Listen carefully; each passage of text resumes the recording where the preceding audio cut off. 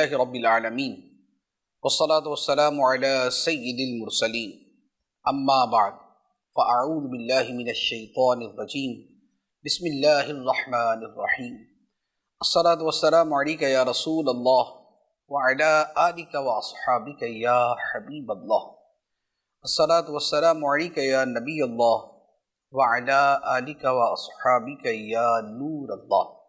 سلسلہ ہے اللہ کے حقوق، اللہ عز و جل کے بندوں پر جو حق ہے ان کا بیان جاری ہے، اور آج ایک بڑے خوبصورت حق کے بارے میں کلام کریں گے جو ہمارے دلوں کو تازگی اور فرحت بخشنے والا ہے، ہمارے ایمان کو جلا دینے والا ہے اور ہماری قوت ایمانی میں اضافہ کرنے والا ہے۔ وہ حق کیا ہے؟ وہ ہے اللہ تعالیٰ سے امید رکھنا۔ جیسے ہم نے پچھلے سلسلے میں حق بیان کیا تھا، اللہ تعالیٰ کا خوف، اللہ تعالیٰ کا ڈر، اس سے ڈرنا، اسی طرح اللہ تعالیٰ سے امید رکھنا، یہ بھی اللہ تعالیٰ کا حق ہے۔ بندہ خدا سے اچھی امید رکھے، یہ وہ حق ہے جو قرآن مجید کی آیات سے بھی ثابت ہے، احادیث طیبہ میں بھی جس کا ذکر موجود ہے، اور انبیاء علیہم السلام کی مبارک سیرتیں دیکھتے ہیں تو ان میں بھی خدا سے امید رکھنا یہ بڑی کثرت کے ساتھ ہمارے سامنے آتا ہے۔ چنانچہ اللہ تبارک و تعالی ان دونوں حقوق کے بارے میں کہ اس سے ڈرا بھی جائے اور اس سے امید بھی رکھی جائے، اس کے بارے میں بیان فرماتا ہے۔ اچھا، چونکہ امید اور خوف بظاہر ایک دوسرے کے سامنے کھڑے ہوتے ہیں، لیکن یہ ایسی چیزیں ہیں کہ دونوں ہی بندہ مومن کو حاصل ہونی چاہیے۔ جیسے اللہ تعالیٰ کا خوف آدمی کے دل میں ہونا چاہیے، اسی طرح اللہ تعالیٰ سے امید بھی آدمی کے دل میں ہونی چاہیے۔ اور کئی آیات ایسی ہیں جن میں اللہ تعالیٰ نے دونوں کو اکٹھا ذکر فرمایا۔ چنانچہ چند آیات کریمہ میں آپ کے سامنے تلاوت کرتا ہوں۔ سورۃ الرعد میں اللہ تبارک و تعالی ارشاد فرماتا ہے، آیت نمبر ہے 6، فرمایا وَإِنَّ رَبَّكَ لَذُو مَغْفِرَةٍ لِلنَّاسِ عَلَىٰ ظُلْمِهِمْ وَإِنَّ رَبَّكَ لَشَدِيدُ الْعِقَابِ، اور بے شک تیرا رب ضرور بخشنے والا ہے لوگوں کو ان کے ظلم زیادتی کے باوجود، اور بے شک تیرا رب بڑی سخت سزا دینے والا ہے۔ آپ دیکھیں دونوں پہلو بیان کر دیے گئے۔ اللہ تعالیٰ کی دو صفات، ایک اس کی صفت ہے کہ وہ مغفرتن، مغفرت والا ہے، بخشش والا ہے، بخشنے والا ہے۔ اسی کے لیے قرآن مجید میں اور جگہ پر غفورن کی صفت بھی بہت ساری جگہوں پہ مذکور ہے، بہت زیادہ بخش دینے والا۔ اسی طرح غافر بھی اللہ تعالیٰ کی صفت ہے، اور وہ بھی صفت مغفرت پر، معنی مغفرت پر دلالت کرتی ہے۔ وہ بخشنے والا ہے، بہت زیادہ بخشنے والا ہے۔ تو اب فرمایا کہ بے شک تیرا رب ضرور بخشنے والا ہے لوگوں کو علی ظلمہم، باوجود لوگوں کے ظلم کے، باوجود اس کے کہ لوگ اپنی جانوں پہ ظلم کرتے ہیں، گناہوں کے ذریعے اپنی جانوں پر زیادتی کرتے ہیں، اس کے باوجود ان کا رب انہیں بخشنے والا ہے۔ کسی کو توبہ کی وجہ سے بخش دیتا ہے، کسی کو شفاعت کی وجہ سے بخش دیتا ہے، کسی کو اپنے خاص فضل و کرم سے بخش دیتا ہے۔ تو یہ تیرے رب کی شان ہے، لیکن صرف اسی پہ نظر نہ رکھی جائے کہ رب تو بخش ہی دیتا ہے، بندہ گناہ کرے خدا بخشنے والا ہے۔ اگر اسی پہ نظر رہے گی تو پھر گناہوں سے بچنا مشکل ہو جائے گا، کیونکہ جب بندہ عفو درگزر پہ نظر رکھتا ہے اور صرف رحمت پہ نظر رکھتا ہے تو پھر جو سزا کا خوف ہے وہ دل سے نکل جاتا ہے، اور جب سزا کا خوف دل سے نکل گیا تو اس کا مطلب یہ ہوا کہ اب بندے کے لیے گناہ کرنا، معاصی کا ارتکاب کرنا مشکل نہیں۔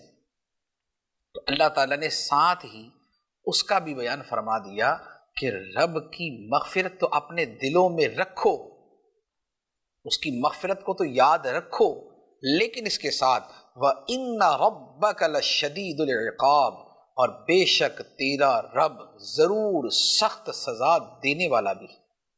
تو جو پہلی صفت ہے وہ امید پیدا کرتی ہے رب کی رحمت کی، رب کی طرف سے بخشش کی، اور جو دوسری صفت ہے لشدید العقاب، یہ رب کا خوف پیدا کرتی ہے، خدا سے ڈر پیدا کرتی ہے۔ تو یہ دونوں صفات امید و خوف بندے میں ہونی چاہیے، اور اللہ تعالیٰ نے دونوں کو پیدا کرنے کے لیے یہاں پر اس آیت میں دونوں کا تذکرہ فرمایا۔ اسی طرح ایک اور آیت مبارکہ سورۃ الحجر میں آیت نمبر ہے 49 اور 50، 49 اور 50، اللہ تعالیٰ ارشاد فرماتا ہے نبی عبادی انی انا الغفور الرحیم وان عذابی هو العذاب العلیم، میرے بندوں کو خبر دے دو، میرے بندوں کو خبر دے دو کہ بے شک میں بہت بخش دینے والا، رحم کرنے والا ہوں، اور یہ بھی خبر دے دو کہ بے شک میرا عذاب ہی دردناک عذاب ہے۔ اب رب کی بخشش و مغفرت فرمانے کا، رب کی رحمت فرمانے والی صفت کا تذکرہ بھی ہے، ساتھ ہی رب کے عذاب کا تذکرہ بھی ہے۔ اس کا مطلب یہ ہوا کہ ان دونوں کو اپنے پیش نظر رکھنا ہے۔ نیکی کریں تو رب سے امید رکھیں کہ رب قبول فرمائے گا، نیکی کریں تو رب سے امید رکھیں کہ رب اپنے فضل و کرم سے شرف قبولیت عطا فرمائے گا، توبہ کریں تو امید رکھیں کہ رب ہماری توبہ کو قبول فرمائے گا، خدا سے بخشش کی دعائیں مانگتے ہیں، امید رکھیں کہ خدا ہماری ان دعاؤں پر نظر رحمت فرما کے ہمارے گناہوں کو بخش دے گا۔ لیکن اگر گناہ کی طرف ذہن جائے، اگر برائی کی طرف ذہن جائے، اگر کسی وہ صغیرہ کبیرہ گناہ کی طرف ذہن جائے، تو ساتھ ہی ذہن میں یہ بھی رکھ لیا جائے کہ رب کا عذاب بڑا دردناک ہے۔ تو جب یہ دو چیزیں جمع ہوتی ہیں تو بندہ صراط مستقیم پہ رہتا ہے، وہ سیدھے راستے پہ رہتا ہے، جو راستہ شریعت کا ہے، طریقت کا ہے، حقیقت کا ہے، معرفت کا ہے، جنت کا ہے، قرب بارگاہ الہی کا ہے۔ تو یہ دونوں آیات مبارکہ دونوں طرح کی چیزوں کو بیان کرتی ہیں۔ اچھا، اس کے بعد سورۃ الفاطر میں، سورۃ الفاطر میں ارشاد ہوتا ہے، آیت نمبر ہے 29 اور 30، 29 اور 30، اس میں اللہ تبارک و تعالی نے امید کے حوالے سے بیان فرمایا ہے۔ ارشاد ہوتا ہے ان الذین یتلون کتاب اللہ واقاموا الصلاۃ وانفقوا مما رزقناہم سرا وعلانیۃ یرجون تجارۃ لن تبور لیوفیہم اجورہم ویزیدہم من فضلہ، فرمایا بے شک وہ لوگ جو اللہ کی کتاب کی تلاوت کرتے ہیں اور جنہوں نے نماز قائم کی، اور ہم نے جو انہیں رزق دیا ہے اس میں سے ہماری راہ میں خرچ کیا، پوشیدہ اور علانیہ، چھپا کر بھی دوسروں کے سامنے بھی۔ فرمایا کہ جنہوں نے یہ اعمال کیے، اللہ کی کتاب کی آیتوں کی تلاوت کی، قرآن پڑھا، قرآن کی تلاوت کی، جنہوں نے قرآن کی تلاوت کی، اور جنہوں نے نماز قائم کی، اور جنہوں نے راہ خدا میں خرچ کیا، کسی کو چھپا کر دیا، جہاں موقع مناسب لگا وہاں پر لوگوں کے سامنے بھی دے دیا، یا نفلی صدقات ہیں چھپا کر دیے، جو زکوٰۃ ہے وہ اعلانیہ دی، جو عام رشتہ داروں کو دینا تھا وہ چھپا کر دیا، لیکن جو قربانی کی عبادت ہے وہ سب کے سامنے کی۔ تو فرمایا کہ جنہوں نے پوشیدہ علانیہ اللہ کی راہ میں خرچ کیا، تو فرمایا کہ یہ اعمال کرنے والے یرجون تجارتن، یہ ایسی تجارت کی امید رکھتے ہیں لن تبور، جس تجارت میں خسارہ نہیں ہونا، جس تجارت میں نقصان نہیں ہونا، کیونکہ رب کے لیے کیا ہے تو رب خسارہ نہیں دے گا، رب نفع ہی دے گا۔ اور فرمایا لیوفیہم اجورہم، تاکہ اللہ انہیں ان کے اجر پورے پورے دے، ان کی مزدوریاں، ان کی محنتیں اللہ تعالیٰ پورے پورے دے۔ ایک تو یہ ہے کہ پورا اجر دیا، نماز پڑھی، نماز کا پورا اجر رب دے گا، قرآن کی تلاوت کی، اللہ تعالیٰ پورا اجر عطا فرمائے گا. اللہ کی راہ میں خرچ کیا، رب پورا اجر عطا فرمائے گا. لیکن رب فضل و کرم والا ہے، فرماتا ہے وَيَزِيدَهُم مِّن فَضْلِي، اور اللہ اپنے فضل سے انہیں اور زیادہ عطا کرے گا. پورا اجر بھی ملے گا لیکن رب اس پر اضافہ بھی فرمائے گا. چنانچہ اسی لیے بندہ نیکی ایک کرتا ہے تو کیا اللہ تعالیٰ اسے ایک نیکی کا ثواب دیتا ہے؟ نہیں، اللہ تعالیٰ 10 گنا زیادہ ثواب عطا فرماتا ہے. کسی کو 50 گنا زیادہ ثواب عطا فرماتے، کسی عمل پہ یا کسی بندے کو 70 گنا زیادہ ثواب عطا فرماتا ہے، کسی کو 700 گنا زیادہ عطا فرماتا ہے، کسی کو اس سے بھی بڑھا کے دیتا ہے. خدا کے خزانوں میں کمی نہیں. واللہ واسع علیم، اور اللہ وسعت والا، علم والا ہے. اس کے خزانے بھرے ہوئے، اور اس کے خزانوں سے جتنا مرضی کسی کو مل جائے اس کے خزانوں میں کمی نہیں ہوتی. تو یہ جو اللہ تعالیٰ نے صفت امید یہاں بندے کے لیے بیان فرمائی ہے کہ جو لوگ یہ اعمال صالحہ کرتے ہیں وہ رب سے امید رکھیں. یہ وہ چیز اس کی طرح میں نے اشارہ کیا تھا کہ نیک عمل کریں تو امید رکھیں. خوف بھی ہوتا ہے، ایسا نہیں ہے کہ وہاں خوف نہیں ہے. نیک عمل کر کے بھی یہ ڈر ہوتا ہے کہ کہیں مسترد نہ ہو جائے، کہ کما حقہ بندہ عبادت نہیں کر پاتا. اور یہ بھی قرآن پاک کے اندر موجود ہے کہ عمل کر کے بھی بندہ ڈرے کہ کہیں یہ عمل مسترد نہ ہو جائے، مردود نہ ہو جائے. لیکن زیادہ تر جو تعلق بنتا ہے وہ عمل صالح کے ساتھ، نیک عمل کے ساتھ امید کا بنتا ہے، کہ بندہ رب سے امید رکھتا ہے کہ رب اسے محروم نہیں کرے گا. وہ اپنی جو ٹوٹی پھوٹی ہلکی پھلکی سی عبادت لے کے رب کی بارگاہ میں آیا، اس کی رب کی بارگاہ میں حیثیت تو نہیں ہے لیکن رب کرم والا ہے، فضل والا ہے. اسی لیے فرمایا وَيَزِيدَهُم مِّن فَضْلِهِ، اپنے فضل سے اللہ تعالیٰ اور زیادہ عطا فرمائے. قبول بھی اپنے فضل سے کرے گا، بلکہ جو بندے کو عبادت کی نیکی کی توفیق ملتی ہے یہ بھی رب کا فضل ہوتا ہے. یہ توفیق بھی رب کا فضل ہے، یہ اس کی رحمت ہے. پھر اس پہ اجر دینا بھی رب کا فضل ہے، پھر اس اجر میں اضافہ کر دینا یہ بھی رب کا فضل ہے. تو اللہ تعالیٰ سے امید رکھی جائے. خدا سے امید رکھنا یہ ہمارے سینوں کو کھول دیتا ہے، یہ ہمارے دلوں میں کشادگی پیدا کرتا ہے، یہ ہماری زندگی میں خوشیاں لاتا ہے، اور یہ ہماری مرادوں کو پورا کرتا ہے. ایک اور آیت مبارکہ عرض کرتا ہوں. سورۃ البقرہ میں اللہ تعالیٰ ارشاد فرماتا ہے، آیت نمبر ہے 218. ارشاد ہوا ان الذین آمنوا والذین ہاجروا وجاہدوا فی سبیل اللہ اولئک یرجون رحمت اللہ واللہ غفور الرحیم. فرمایا بے شک وہ لوگ جو ایمان لائے اور وہ جنہوں نے ہجرت کی، اپنے گھر بار چھوڑ دیے اور جہاد کیا اللہ کے راستے میں، اللہ کے راستے میں گھر بار بھی چھوڑے اور راہ خدا میں جہاد بھی کیا. فرمایا اولئک، یہی تو لوگ ہیں یرجون رحمت اللہ، جو اللہ کی رحمت کی امید رکھتے ہیں. انہیں امید ہے رب کی رحمت کی، اور کیوں نہ ہو کہ واللہ غفور الرحیم، اور اللہ بخشنے والا، بہت بخشنے والا، بہت رحم کرنے والا ہے. تو اب آپ دیکھیں کہ اعمال کا تذکرہ، اعمال صالحہ کا تذکرہ، تو ساتھ میں رب نے امید کا ذکر فرما دیا.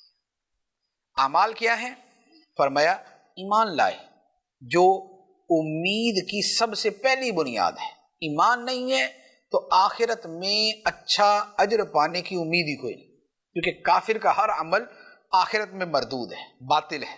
دنیا میں جو اس کو مل جائے گا مل جائے گا، آخرت میں کچھ نہیں ملے گا.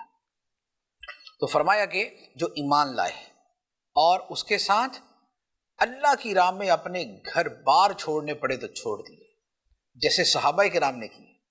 صدیق اکبر رضی اللہ تعالیٰ، عمر فاروق رضی اللہ تعالیٰ، عثمان غنی رضی اللہ تعالیٰ، مولا علی شیر خدا رضی اللہ تعالیٰ اور دیگر کثیر صحابہ کرام. یہ سارے کے سارے عشرہ مبشرہ جو صحابہ کرام ہیں یہ سارے مہاجر تھے، سب نے ہجرت کی. کیا صدیق اکبر رضی اللہ تعالیٰ عنہ کا مکے میں کاروبار نہیں تھا؟ تاجر تھے وہ. عمر فاروق رضی اللہ تعالیٰ عنہ بھی اپنا کماتے کھاتے تھے، اور سیدنا عثمان غنی رضی اللہ تعالیٰ عنہ تو بہت بڑے تاجر تھے. مولا علی شیر خدا رضی اللہ تعالیٰ عنہ جو ہے وہ بھی مکے کی سرزمین پر پیدا ہوئے، اور مکہ ان کا وطن معلوف تھا، ان کا گھر تھا، ان کی یادیں تھیں، ان کا بچپن وہاں گزرا تھا، لیکن اللہ کی خاطر، اللہ کی راہ میں جب وہی مکہ چھوڑنا پڑا، گھر بار چھوڑنا پڑا، اپنے رشتہ داروں کو چھوڑنا پڑا، تو یہ سارے کے سارے چھوڑ کے راہ خدا میں نکل پڑے اور راہ خدا میں جہاد کیا، جیسے صحابہ کرام نے کیا۔ صحابہ کرام کی جو سیرت کے واقعات ہیں اس کے اندر یہ جہاد کتنا موجود ہے۔ غزوہ بدر کا واقعہ، غزوہ احد کا واقعہ، غزوہ خندق کا واقعہ، غزوہ تبوک کا واقعہ، غزوہ حنین کا واقعہ ہے۔ یہ سارے غزوات یہ کیا تھے؟ یہ راہ خدا میں جانے قربان کرنے کے لیے نکل جانا تھا۔ تو رب فرماتا ہے کہ جنہوں نے جو ایمان لائے، راہ خدا میں مالو اپنے گھر بار چھوڑ دیے اور جہاد کیا، یہ اللہ کی رحمت کے امیدوار ہیں۔ تو یہاں اعمال صالحہ تو ساتھ میں اللہ کی رحمت کا تذکرہ آ گیا کہ خدا کی رحمت کی امید رکھنی ہے۔ تو اللہ تعالیٰ سے امید رکھنا بہت بڑی سعادت، بہت بڑی نیکی ہے، اور اللہ تعالیٰ کا بندے پر حق ہے کہ بندہ خدا سے اچھی امید رکھے۔ اسی طرح ایک اور آیت مبارکہ عرض کرتا ہوں، سورۃ الکہف، اللہ تعالیٰ ارشاد فرماتا ہے، آیت نمبر ہے 110 110، فرمایا فَمَنْ كَانَ يَرْجُو لِقَاءَ رَبِّهِ فَلْيَعْمَلْ عَمَلًا صَالِحًا وَلَا يُشْرِكْ بِعِبَادَةِ رَبِّهِ أَحَدًا۔ تو جو کوئی امید رکھے اپنے رب کی ملاقات کا، جو کوئی امید رکھے اپنے رب سے ملاقات کا، تو اسے چاہیے کہ اچھا عمل کرے اور اپنے رب کی عبادت میں کسی کو شریک نہ کرے۔ تو یہاں پر بھی آپ دیکھیں کہ اللہ سے ملاقات کی امید کی بات ہے۔ یہاں پر یرجو بمانا جو ہے وہ یقین ہے، اور یہ بھی علماء کرام نے بیان فرمایا ہے کہ جو اپنے رب سے ملاقات کا یقین رکھتا ہے، یعنی اس پر ایمان رکھتا ہے، لیکن جو رب نے یہاں لفظ بیان فرمایا، جو کلمہ طیبہ ہے، وہ ہے یرجو، رجا سے، امید سے۔ تو جو امید رکھتا ہے اپنے رب سے ملاقات کی، تو اسے چاہیے کہ اچھا عمل کرے اور اپنے رب کے ساتھ کسی کو، اس کی عبادت میں کسی کو شریک نہ ٹھہرائے۔ تو بندہ اچھا عمل کرے اور رب سے امید رکھے۔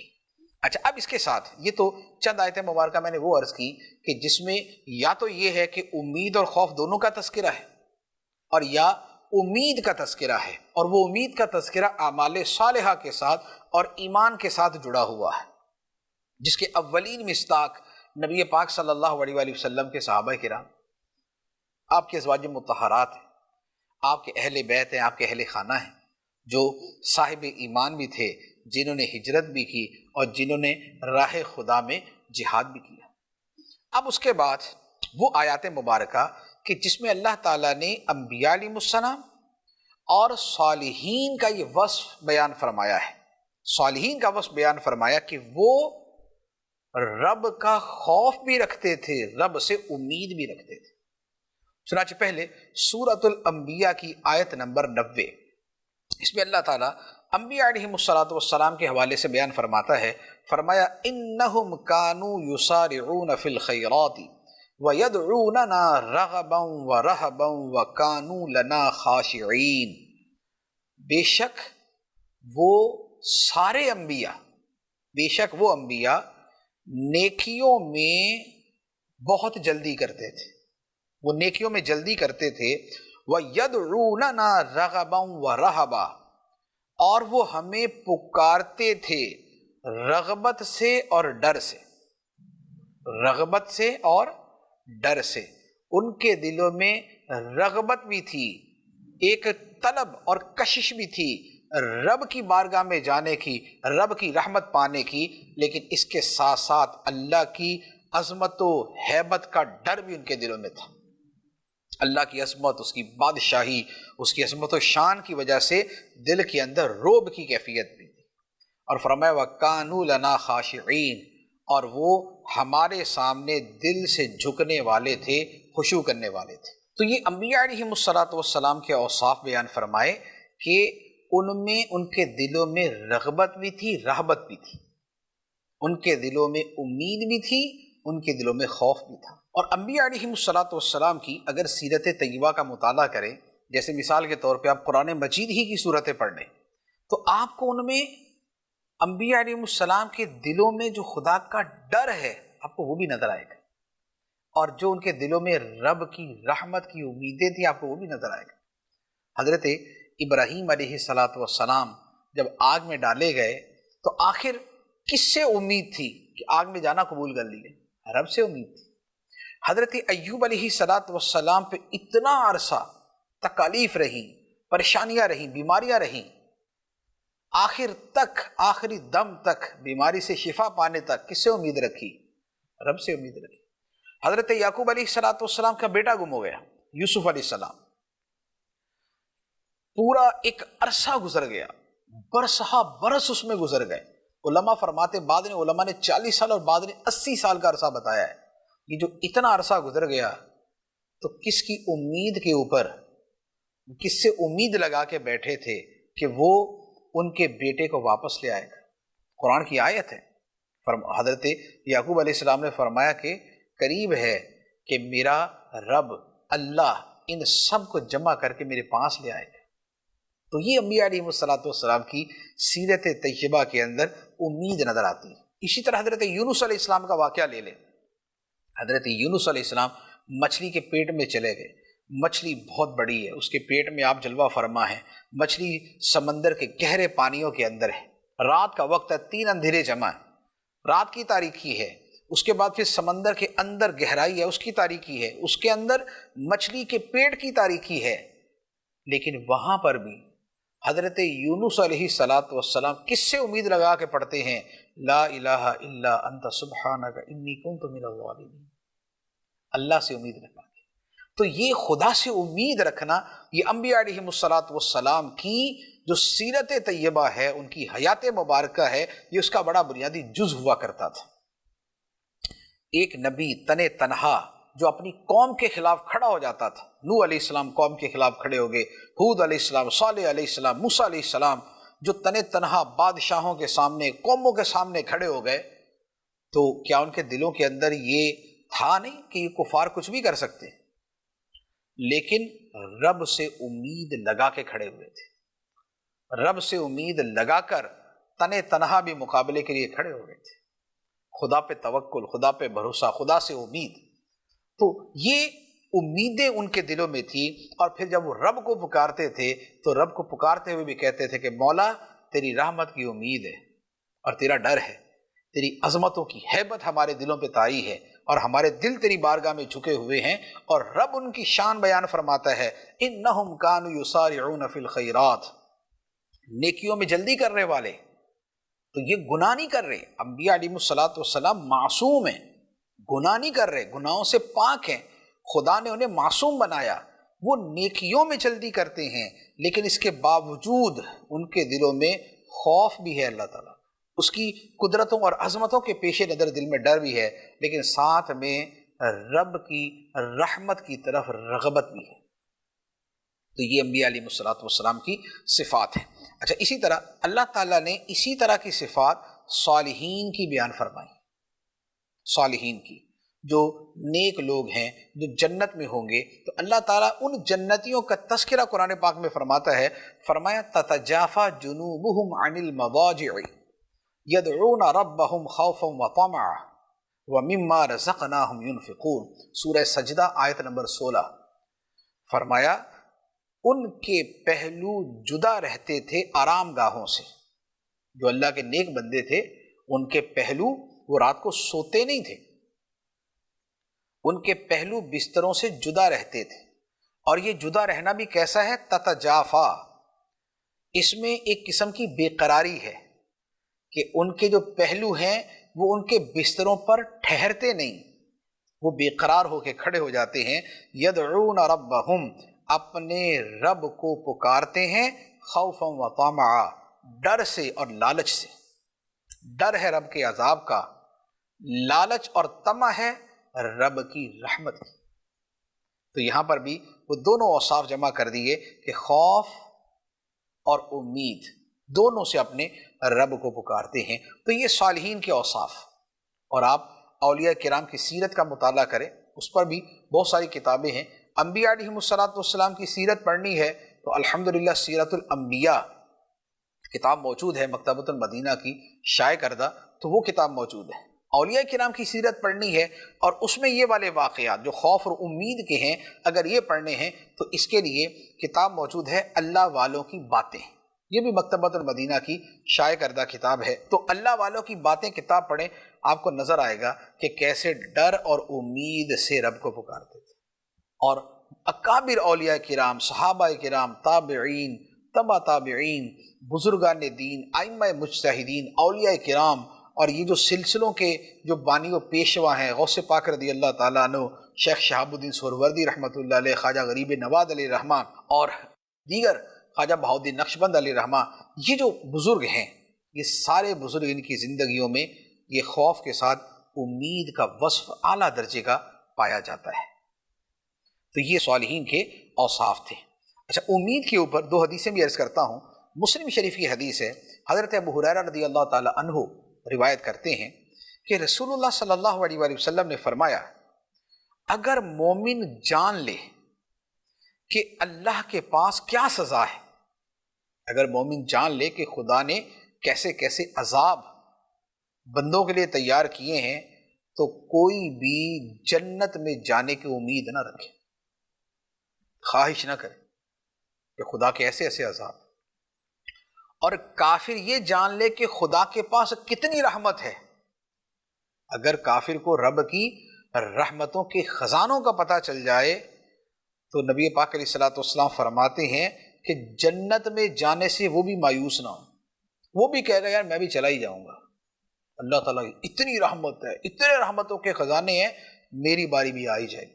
آئے گی نہیں، کافر جنت میں نہیں جائے گا، کافر ہمیشہ جہنم میں رہے گا، لیکن جو اللہ کی رحمتوں کے خزانے ہیں وہ اتنے وسیع ہیں کہ اگر کسی پہ اس کا کچھ حصہ کھل جائے کہ رب کتنی رحمت فرمانے والا ہے، تو کافر بھی امید لگا کے بیٹھ جائیں کہ ہم بھی جنت میں چلے جائیں۔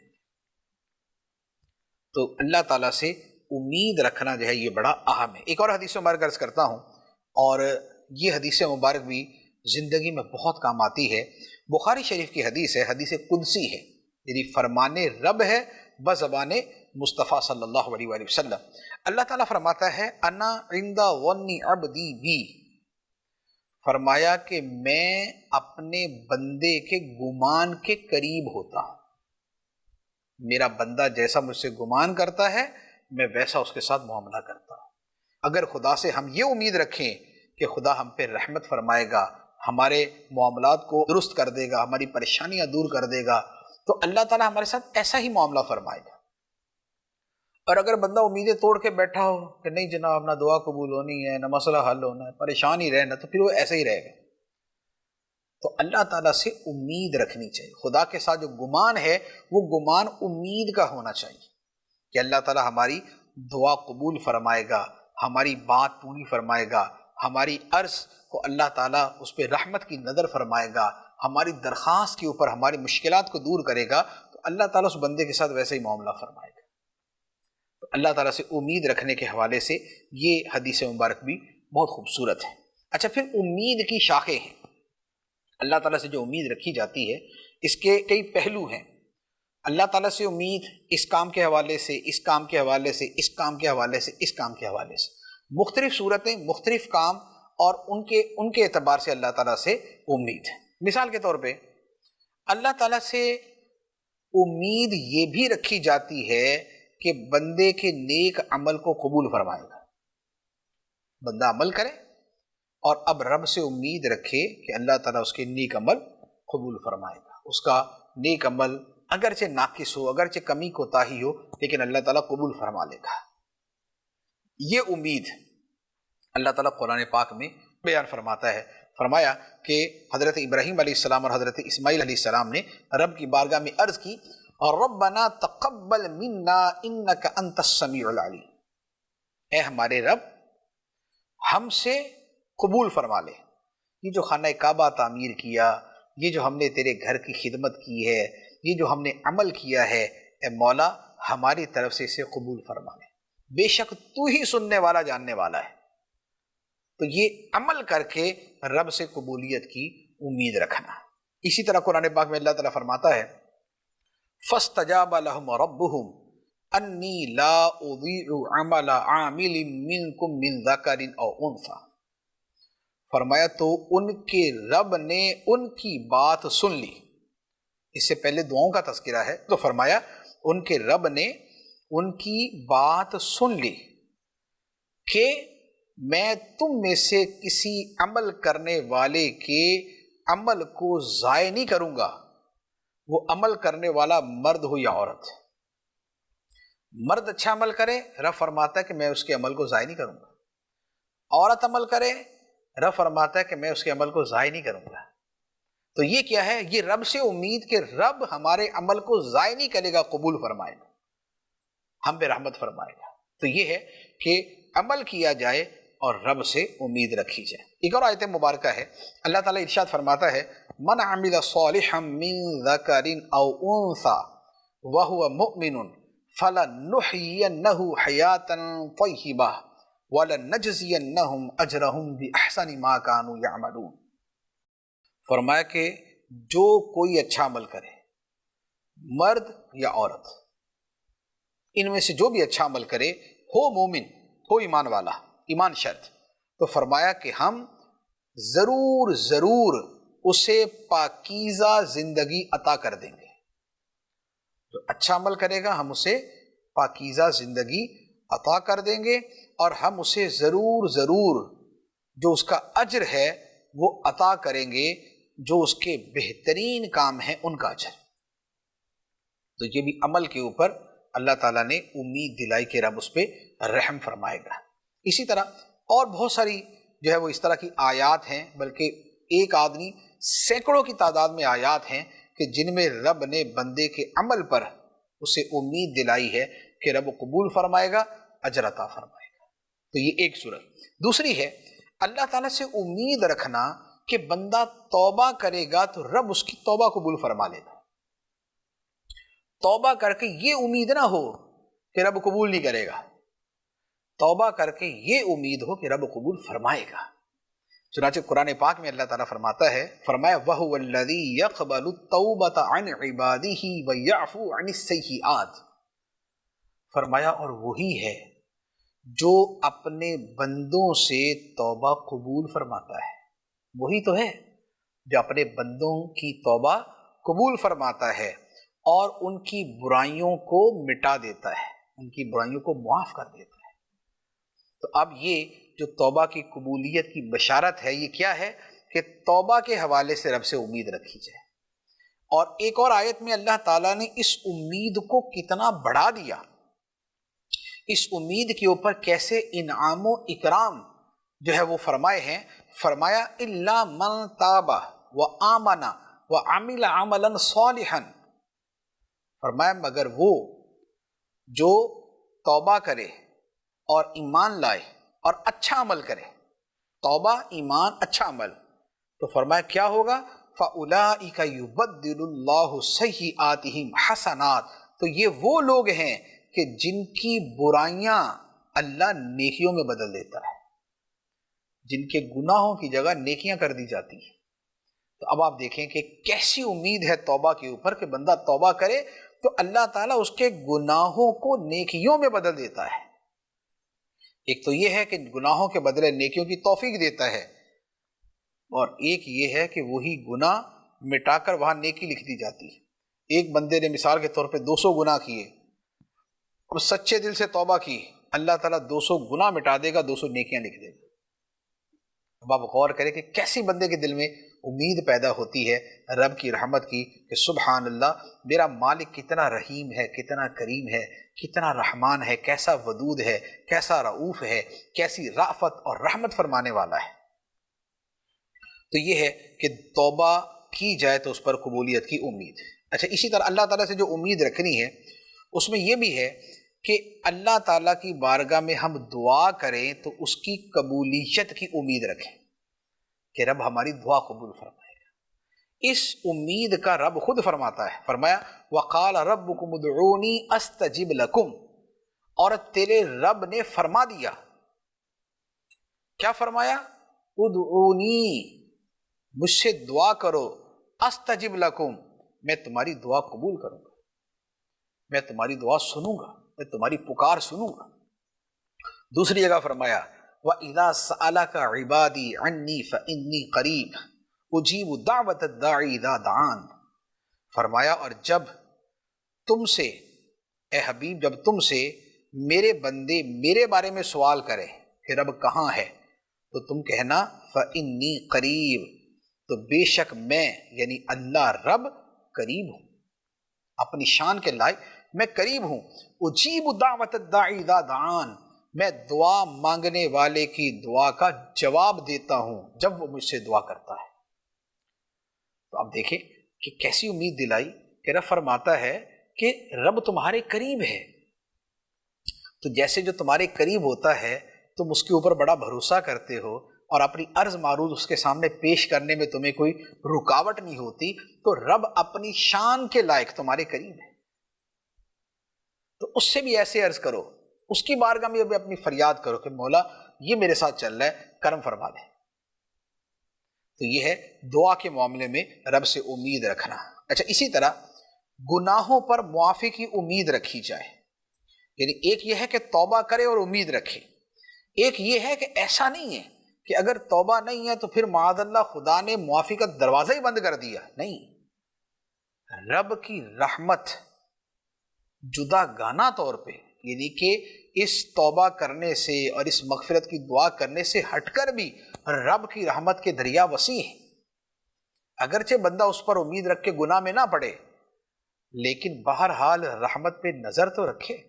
رب فرماتا ہے قُلْ يَا عِبَادِيَ الَّذِينَ أَسْرَفُوا عَلَىٰ أَنفُسِهِمْ لَا تَقْنَطُوا مِن رَحْمَةِ اللَّهِ إِنَّ اللَّهَ يَغْفِرُ الذُّنُوبَ جَمِيعًا، فرمایا کہ اے حبیب تم کہہ دو ان لوگوں سے، اے میرے بندو جنہوں نے اپنی جانوں پر زیادتی کی، گناہ کیا، لا تقنطوا من رحمت اللہ، اللہ کی رحمت سے مایوس مت ہونا، اللہ کی رحمت سے نا امید مت ہونا، بے شک اللہ سارے گناہ معاف کر دیتا ہے، اللہ سارے گناہ معاف کر دیتا ہے جس کے لیے چاہتا ہے۔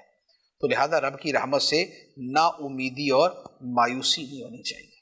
تو اللہ تعالیٰ سے امید رکھنا جو ہے یہ ایک عظیم جو ہے نا وصف ہے، ضروری ہے، اور نا امیدی منع ہے، رب کی رحمت سے نا امیدی منع ہے۔ اللہ تعالیٰ فرماتا ہے سورہ یوسف آیت نمبر 87، فرمایا اِنَّهُ لَا يَيْأَسُ مِن رَّوْحِ اللَّهِ إِلَّا الْقَوْمُ الْكَافِرُونَ، فرمایا بے شک اللہ کی رحمت سے مایوس نہیں ہوتے مگر کافر لوگ۔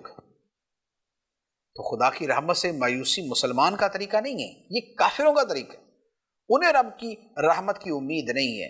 مومن رب سے امید نہیں چھوڑتا، کیوں؟ اس لیے کہ امید تو تب چھوڑی جاتی ہے جب یا تو یہ ذہن میں بات ہو کہ بھی فلاں تو جانتا ہی نہیں، ہم کسی سے مدد کی امید رکھیں تو اب یہ امید نا امیدی میں کیوں بدلے گی؟ یا تو اس لیے کہ اسے پتہ ہی نہیں، یا اس لیے کہ پتہ تو ہے لیکن اسے قدرت ہی نہیں ہماری مدد کرنے کی، یا قدرت تو ہے لیکن اس سے ہمارے اوپر کوئی مہربانی نہیں ہے اس لیے مدد نہیں کرے گا۔ لیکن رب کے حق میں تو تینوں باتیں نہیں ہیں، خدا جانتا بھی ہے، اسے قدرت بھی ہے اور وہ مہربان بھی ہے، تو علم بھی ہے خدا کو، قدرت بھی ہے، اور خدا رحمان و رحیم بھی ہے۔ تو لہذا خدا سے نا امید ہونا حرام ہے، یہ گناہ ہے، یہ گناہ کبیرہ ہے۔ تو جب بندہ رب سے امید رکھتا ہے اس سے مثبت سوچ پیدا ہوتی ہے، جسے پازیٹیو تھنکنگ کہتے ہیں، وہ رب سے اچھی امید رکھنے سے ہوتی ہے۔ تو لہذا اپنی سوچ کو مثبت بنائیں، رب سے امید رکھیں، اس کی رحمت کی امید رکھیں۔ اللہ تبارک و تعالی ہمیں عمل کی توفیق عطا فرمائے، آمین بجاہ النبی الامین صلی اللہ علیہ وسلم۔ Allah